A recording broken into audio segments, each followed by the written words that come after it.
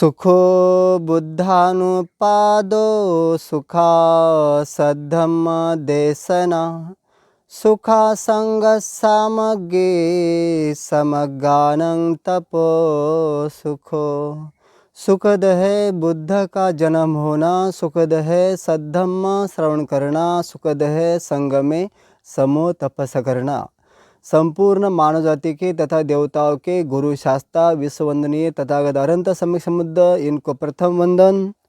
भगवान बुद्ध के विज्ञानवादी मानवतावादी अनुपम सद्धम्म को वंदन।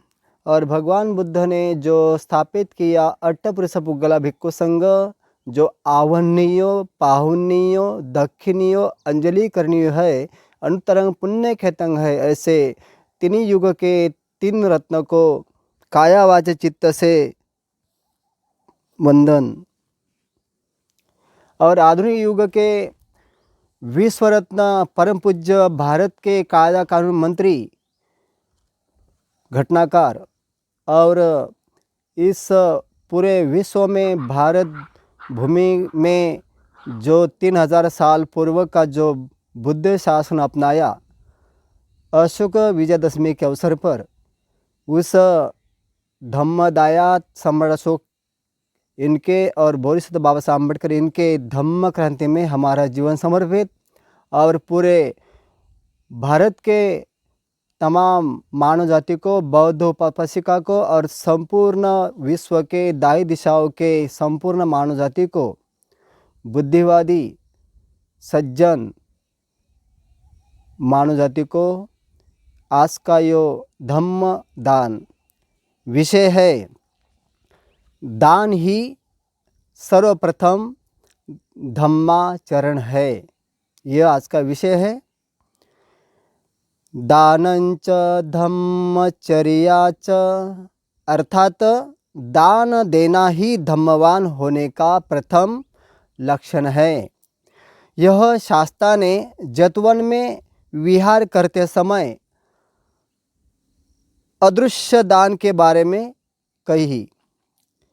धम्म सभा में बातचीत चल रही थी कि कौशल नरेश ने विचारपूर्वक पुण्य क्षत्र देखकर ही बुद्ध प्रमुख भिक्खु संघ को महादान किया है। शास्त्रा ने यानी कि सम्यक संबुद्ध आकर पूछा, भिक्खु बैठे क्या बातचीत कर रहे हो? अमुक बातचीत कहने पर शास्त्रा ने कहा कि भिक्खुओं, इसमें कुछ आश्चर्य ही नहीं कि यदि प्रसेनजित राजा ने विचार कर सर्वश्रेष्ठ पुण्य क्षेत्र में दान की प्रतिष्ठा की है, पूर्व भी पुराने पंडिता ने भी विचार कर ही दान दिया था, ऐसा कहकर पूर्व जन्म की कथा कही। पूर्व समय में सोवीर राष्ट्र स्वरूप नगर में भरत महाराजा थे। वे 10 राज धर्मों के विरुद्ध न जा 4 संग्रह वस्तुओं से जनता का संग्रह करते हुए लोगों के लिए माता पिता तुल्य होकर दरिद्री दुखी तथा याचकों को महादान देते थे। उसे समुद्र विजया नाम की पटरानी थी। वह पंडिता तथा ज्ञान संपन्नता थी। एक दिन राजा ने दानशाला को देखते हुए सोचा, मेरे दिए दान को दुश्शील और लोभी जन खा जाते हैं, जिससे मेरा मन प्रसन्न नहीं होता। अब मैं शीलवान दक्षिणा देने योग्य में सर्वाग्र प्रत्येक बुद्ध को दान देना चाहता हूँ, परंतु वे हिमालय प्रदेश में रहते हैं। उनको कौन निमंत्रित कर ले आएगा? किसे भेजूं? उसने यह बात रानी को कही। वह बोली, महाराज चिंता न करें, हम अपने दान बल, शील बल, सत्य बल से पुष्प भेजकर प्रत्येक बुद्ध को निमंत्रित करेंगे और उनके आने पर सब परिवार से युक्त दान देंगे। राजा ने अच्छा कहकर नगर में मुनादी करा दी कि सारे नगर के निवासी शील ग्रहण करें। राजा परिजनों सहित स्वयं अष्टशील उपसत अंग को ग्रहण कर दान दे। सजी हुई सुमन फूल पुष्पों से भरी सुवर्ण पिटारी उठवाकर इमारत प्रासाद राजमहल से उतर राज आंगन में आया। वहाँ पृथ्वी पर 5 अंगों को रख पूर्व दिशा की ओर प्रणाम कर कहा, पूर्व प्राचीन दिशा के अरंत को प्रणाम करता हूँ। यदि हम में कोई गुण है तो कृपया हमारी भिक्षा ग्रहण करे। ऐसा कहकर फूलों की 7 मुट्टियाँ फेंकी। प्राचीन दिशा में कोई प्रत्येक बुद्ध नहीं होने के कारण अगले दिन कोई नहीं आया। बाद में दूसरे दिन दक्षिणा दिशा को नमस्कार किया, वहाँ से नहीं भी नहीं आया। तीसरे दिन पश्चिम दिशा को नमस्कार किया, वहाँ से कोई नहीं आया। चौथे दिन उत्तर दिशा को नमस्कार किया और साथ ही कहा, उत्तर हिमालय प्रदेश में रहने वाले प्रत्येक बुद्ध हमारी भिक्षा ग्रहण करे। उसके उधर 7 मुट्ठियाँ फूलों की फेंकी। वे जाकर नंदमूलक पर्वत पर 500 प्रत्येक बुद्ध पर गिरी। उन्होंने ध्यान लगाकर पता लगाया कि राजा ने उन्हें निमंत्रित किया है। उन्होंने अगले दिन 7 प्रत्येक बुद्ध को बुलाकर कहा, मित्रों, राजा हमें निमंत्रण देता है, उसका संग्रह करो। और प्रत्येक बुद्ध आकर राजा द्वार पर उतरे। राजा उन्हें देखकर प्रसन्न हुआ। उन्हें प्रणाम कर वह उन्हें राजप्रसाद पर ले गया। वहाँ बड़ा सत्कार कर दान दिया।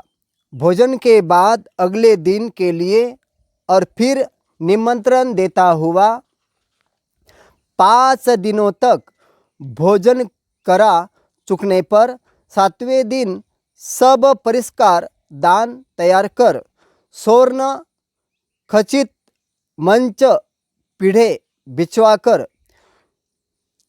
त्रिचिवरादि सभी श्रमण परिष्कार 7 बुद्धों के पास रखे। फिर भोजन कर चुकने पर राजा और पट्टरानी यो नमस्कार करते हुए खड़े हो प्रार्थना की, यह पुरस्कार आपको देते हैं। संघ स्थविर ने उनका दानानुमोदन करते हुए कहा, जलते हुए घर में से आदमी जिस बर्तन को निकाल लेता है वही उसके काम का होता है, वह वैसा या जो आग में जल जाता है वह वैसा काम का नहीं होता। इसी प्रकार यह संसार है जो जरा ऊर्ध्व और मरण से जल रहा है, यही है संसार के जलने की सामग्री, जरा मरण। इस संसार में से दान देकर पुण्य निकलो। जो दान दिया जाता है वही सुरक्षित होता है। दिन नहीं हो तो सुनी हतंग। इस प्रकार संघ स्थविर ने दानानुमोदन कर राजा को उपदेश दिया, महाराजा अप्रमादी हो, पाप न करने वाला कहकर उठकर नंदमूलक पर्वत पर ही चल गए। राजा और देवी का सारा शरीर पुण्य भावना के प्रीति से भर गया। बाद में एक एक बुद्ध एक एक गाथा से अनुमोदन करते गए कि जो प्राणी धम्मलाभी उत्थान वीर्य युक्त को दान देता है वह यम की वेतरणी नदी अर्थात बारंबार के मृत्यु रूपी प्रवाह को पार कर दिव्यता लोक को प्राप्त होता है। दान और युद्ध को समान कहा जाता है। थोड़े भी बहुतों को जीत लेते हैं, अर्थात श्रद्धावान यदि थोड़ा भी दान देता है तो उसी से वह परलोक में परजन्म में सुखी होता है। विचार पूर्वक किया गया दान सुगत बुद्ध द्वारा प्रशंसित है। विचयं दानं सुगतं पश्यतं। इस जीवलोक में जो दान देने योग्य है उन्हें दिए दान का बड़ा फल होता है। जैसे सुशस्त्र यो सुपिक जमीन में डाले गए बीज का होता है, जो प्राणियों को बिना कष्ट दिए विचरता है और पर निंदा के डर से पाप नहीं करता, ऐसे पाप भीरु की प्रशंसा होती है। वैसे पाप शूर की नहीं होती। संत जन भय से पाप नहीं करते। भीरु पश्चाति नहीं तत्थ सुरभया ही संतो न करोति पापं। हीन ब्रह्मचर्य से मनुष्य बलधारी होकर उत्पन्न होता है। मध्यम ब्रह्मचर्य से वह देवत्व को प्राप्त होता है और उत्तम ब्रह्मचर्य से परिशुद्ध परिनिर्वाण होता है। उत्तमेन विसुज्जति। निसंदेह दान की बहुत प्रशंसा हुई। श्रद्धा ही दानं बहुधा पश्यतं, अर्थात श्रद्धा से युक्त दान की प्रशंसा होती है, किंतु इससे भी अधिक दान से धम्माचरण ही श्रेष्ठ है। दानंच खो धम्मपदं व संयो। क्योंकि पूर्व काल में शांत प्रज्ञावान पुरुषों ने निर्वाण प्राप्त किया है। इस प्रकार सातवें प्रत्येक बुद्ध ने दाना अनुमोदन द्वारा अमृतमय निर्वाण पद की महिमा सुनाकर राजा को अप्रमाद पूर्वक रहने का श्रेष्ठ उपदेश दिया, आलस रहित होने का उपदेश दिया। वे अपने निवास स्थान को चल गए। राजा भी पट्टरानी के साथ जीवन पर्यंत दान देता हुआ सुगति लोक स्वर्गगामी हुआ। दानंच धम्मचर्याच, अर्थात दान देना ही धम्माचरण है। दान देना ही धम्मा आचरण है। दान देने से ही पुण्य प्राप्त होता है। दान देने से ही निर्वाण फल प्राप्त होता है। इस प्रकार उपदेश देकर शास्त्रा ने और उस समय प्रत्येक बुद्ध का परिनिर्वाण हुआ। उस समय की समुद्र विजया अब की राहुल माता थी और भरत राजा तो मैं ही था। ऐसे भगवान बुद्ध ने राजा प्रसेनजित को धम्म देशना दी और इसी विषय पर आप सभी बौद्ध उपासिका और बुद्धिवादी लोग अच्छे तरह से ये धम्म चरण करें और 3 रत्नों को दान देकर अपना मंगल करें, क्योंकि दान पुण्य ही अपने जीवन का आधार है, वही धन संपत्ति है, ये लोक की और परलोक की भी।